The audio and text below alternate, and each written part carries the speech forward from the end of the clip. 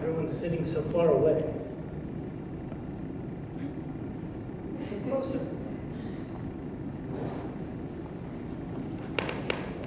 I mean, it's okay to leave me up here by myself. Mind your way. What one being Mr. Mind your Bennett? way. Mind your way. Good afternoon, everyone. Welcome to the Arizona Capitol Museum. I'm Assistant Director Luke Bate, and I want to thank everyone for coming to today's elections update. Today's program fits very nicely with the Capitol Museum's mission to connect people to Arizona government, past and present. And over the next 4 months, Arizona will be winding down its statehood centennial and getting ready for the 150th anniversary of the territory. And we're going to be very busy with a number of different programs from now through February of 2013. Our next big event will take place on October 27th. That's the Saturday before Halloween. For our Family Fun Day at the Haunted Capitol, we're going to resurrect a territorial Halloween tradition of dressing as a ghost of yourself. Should be interesting. But for those who aren't comfortable dressing as a ghost of yourself, we have an alternative. Dress in your best Arizona-themed costume and win a prize from the Arizona Capitol Museum store. The day after Halloween, November 1st, will be the birthday of Arizona's first state governor, George W.P. Hunt. And on that day, the resident expert and impersonator of Governor Hunt's, Don Shields, is going to take what he's learned from the governor's writings and interpret how Governor Hunt might feel about the current state of Arizona politics. That should be an interesting presentation as well. But let's get to today's presentation. Let's stay as topical as possible. We are fortunate today to have with us the Chief Elections Officer to provide our elections update. Mr. Ken Bennett was appointed by Governor Jan Brewer to replace her as Secretary of State, and he took the office the oath of office on January 26, 2009. He was also elected to the position in 2010. An Arizona native and small business owner, Mr. Bennett began his legislative career in 1998 when he was elected to represent residents of Legislative District 1.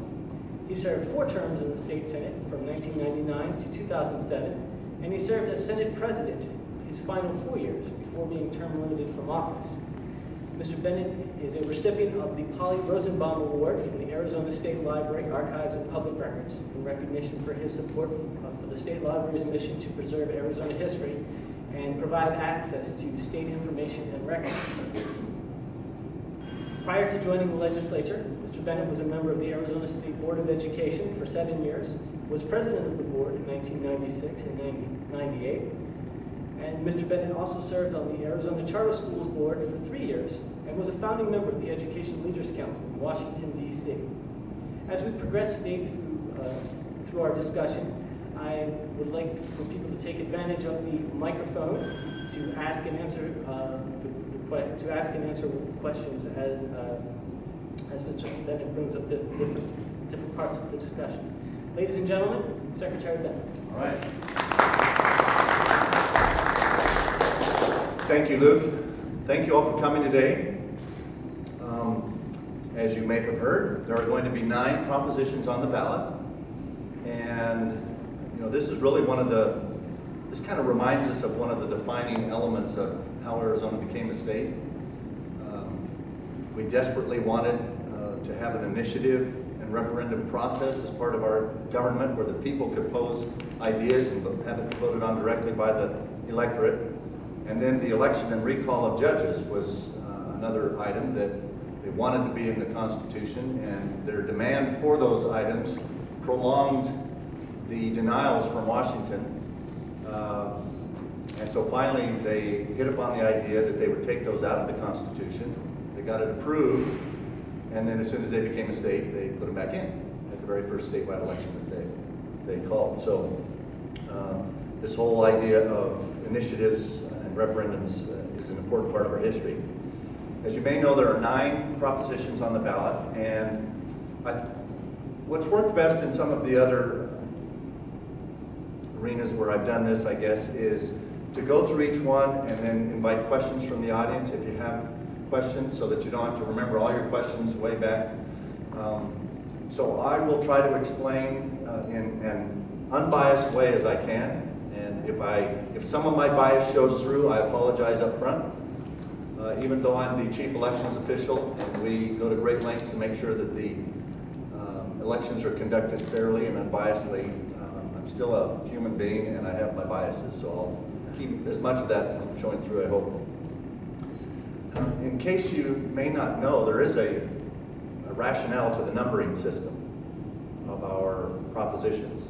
Everything that's in the 100 range is a proposed change to the state constitution. Everything that's in the 200 range, now the 100 range is proposed changes to the Constitution, whether they were referred by the legislature or whether it was initiated by a private group that has an idea and wanted the voters to vote on it. So all of the constitutional changes are numbered in the 100s. Everything that's in the 200 range are proposed changes to state law, not to the Constitution, but to state law, as initiated by private groups.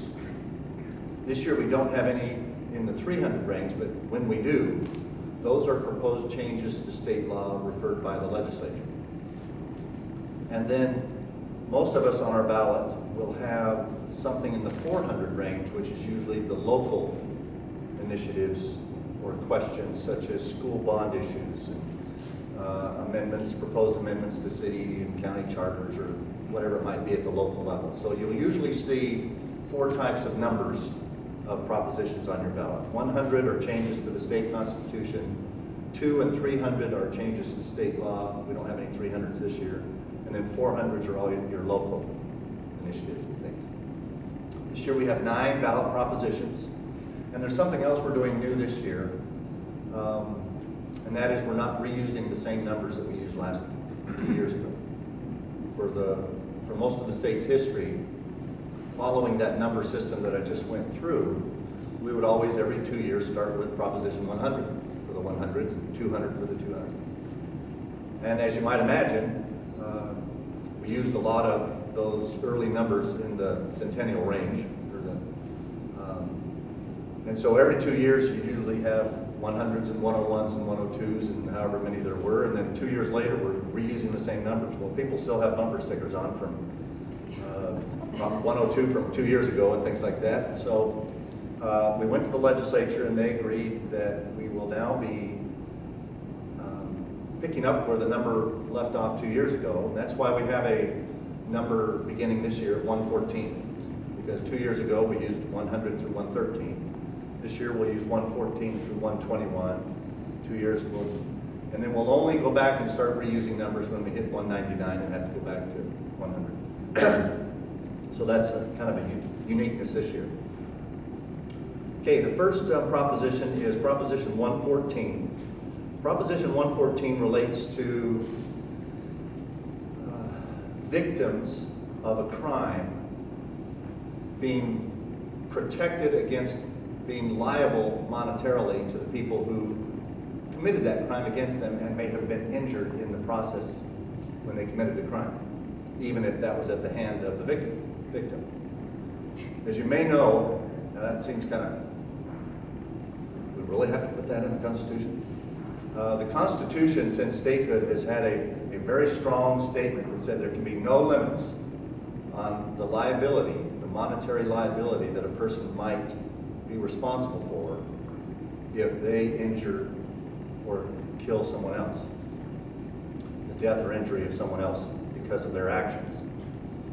And that was probably put in to protect workers in the mines, or who knows, whatever it might have been. They wanted to protect people from not being limited in the liability. If someone injured them, that they could get monetary compensation if it wasn't their fault. But there have been a few cases, it's not a common thing, but there have been a few cases where people who have committed crimes against other people and got injured in that process had the gall, with all due respect, to turn around and sue the people that they had committed the crime against. So this basically says that a victim of a crime cannot be held monetarily responsible for damages to the person who was committing the crime against them when they got hurt or injured or killed. Any questions? It is limited to, or it is stated as felonies. So if a person is attempting to commit a felony, committing a felony, or is fleeing from having already committed a felony against a person. If in any of those processes the perpetrator of the crime gets injured, the victim of the crime is protected against the perpetrator suing them for damages. Any questions on that one? Yes. And if you would, because we're trying to record this, if you don't mind, oh yeah, Luke, that's a good idea. We'll just pass the microphone around. Does that also apply to law enforcement? If this does not specifically say that it protects law enforcement. I would like to believe, I don't know all the state laws, or books are about this thick off the top of my head, but this would apply if the crime was being committed against the law enforcement officer. So in the process of a crime or fleeing a crime or whatever, if the committer of the crime was injured and tried to claim that responsibility for their injury was the person that they were committing the crime against, and that was the police officer. So if they turned from attacking someone or robbing your house, and then the police showed up and they turned to attacking them or whatever, it would apply in that situation. But it would not apply in a traditional law enforcement situation where they were investigating a crime. But I think we have other laws that provide immunity to law enforcement officials for being responsible when they're conducting their official duties. And is it just the perpetrator or who cannot sue, or does that extend to the family of the perpetrator? whenever we get in front of those, I don't. It's not stated as to whether it would apply to the family. Let me see if I can.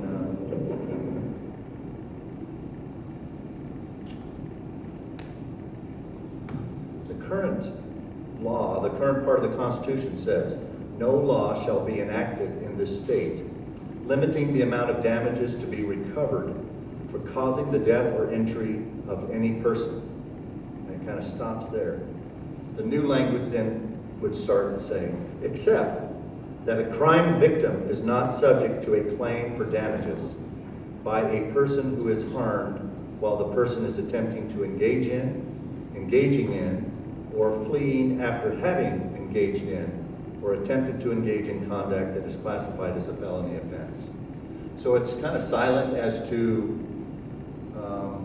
whether the family of the perpetrator could bring suit, but I think the courts will have to iron out little questions like that, and I think it's pretty clear that the intent of the voters, if they pass this, would be that the perpetrator of a crime, and then probably by definition family members of that person if they got killed or injured or something like that, will not be able to bring damages against the victims of the crimes they were committing against.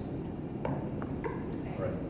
You mentioned earlier about there were incidents that sort of led up to this proposal of this law. Do you have any numbers of how many incidents have occurred previously? No, I don't that have. Prompted this? I was aware in a discussion I was in a few weeks ago about someone who crossed into the state illegally and was on someone's property and got injured and sued the people whose property they were on or something like that. But I don't know enough of the individual situations. And this is not aimed at illegal immigration specifically at all. It's just has nothing to do with illegal immigration. But I was aware of it in response to a question similar to yours. Someone brought up that there was a situation in that case, but I don't know how many of these kinds of specific cases there have been.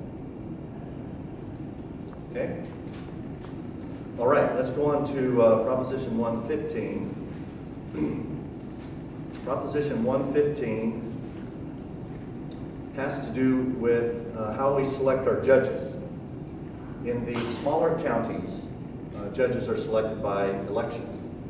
But in the larger counties, we have a merit selection process. That involves a commission that recommends appointments to the governor, who initially appoints a judge to fill an open position. And then as their terms come up every 4 years, at the Superior Court level, for example, then we, the voters, vote in those larger counties to retain or keep those judges. This would make several changes. Proposition 115 would make several changes to how that selection process works and how the rules and regulations related to judges.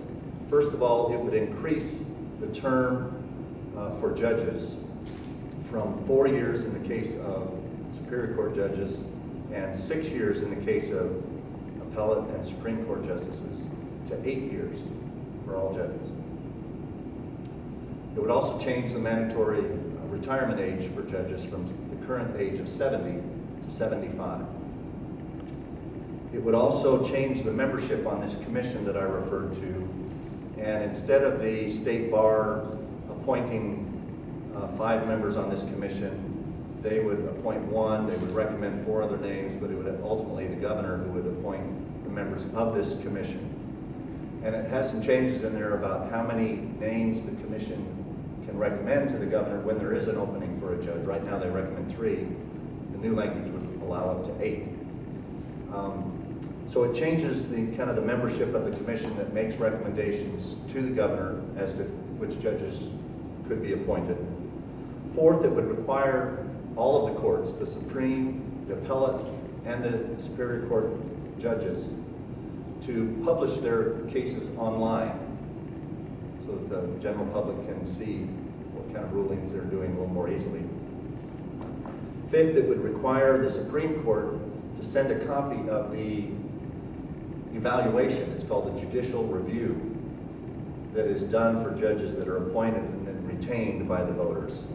When that happens, usually in the state publicity pamphlet that every voter in the House in the state gets, there's a section related to the kind of the performance evaluation of the judges that the voters get to look at to say, do we want to keep these judges? Those are essentially surveys that people who have gone through their court system or their court fill out as far as did the judge know the law, was he polite, or was he or she, on and on and on. This Proposition 115, one of the fifth thing that it would do if it passed by the voters, would require that the Supreme Court also send a copy of this judicial evaluation to the legislature so many months before the election. And then it gives a sixth thing that it allows the legislature to have a commission or a committee of legislators from both houses to invite judges in and ask them questions, I guess, on why did you rule this way or whatever. It doesn't allow the legislature to do anything to the judge or kick them off or whatever, but it would allow the legislature to call them in and have a hearing to answer any questions about some of the rulings that they made. So those are the 6 things that would be changed if Proposition 115 is passed. A no vote would, of course, just leave the current system. 4-year terms for Superior Court judges, 6 for Appellate and Supreme, 70 retirement age, and leave that commission in its current format. Any questions about this one? Yes? What is the reason behind having the governor select the 4 remaining people to the commission? What is the reason? I think the reason was that the people who proposed this idea wanted to lessen somewhat the power of the state bar and the judicial, or the attorney community as to who could be on this commission. They wanted to make it a little more emphasized with the governor getting to decide who got to sit on the commission that made recommendations to the governor. Well, historically, the selection of judges was one of the limiting factors in us becoming a state. Do you anticipate this being as much of a landmark decision this time around? Oh, no. No, since we've been doing the merit selection of judges in the large counties for decades now, I don't think that this is a landmark change in how Arizona selects judges. It'll still be by merit selection in counties that have more than 250,000 in population. And I think Pinal is going into that category this year. It has been only Pima and Maricopa County. I think Pinal goes in this year, and if I'm not mistaken, Yavapai County might be soon to follow and whatever. But since the courts have upheld, and actually Arizona's model of this merit selection in our more populated counties has been pretty well received and almost been an example around the country of a good way of selecting judges. So I don't think this is going to put that at risk or in question anymore. Okay? Good. Yes. One question. Regarding the commission, how often does that commission expire? Is it with each election cycle, or? I don't know the answer to that question off the top of my head. I don't believe it changes whatever that is as it currently exists. I don't think the commission is completely reconstituted every election. That was kind of what I was getting at. I think it has more carryover, Okay. and I don't think this changes that at all.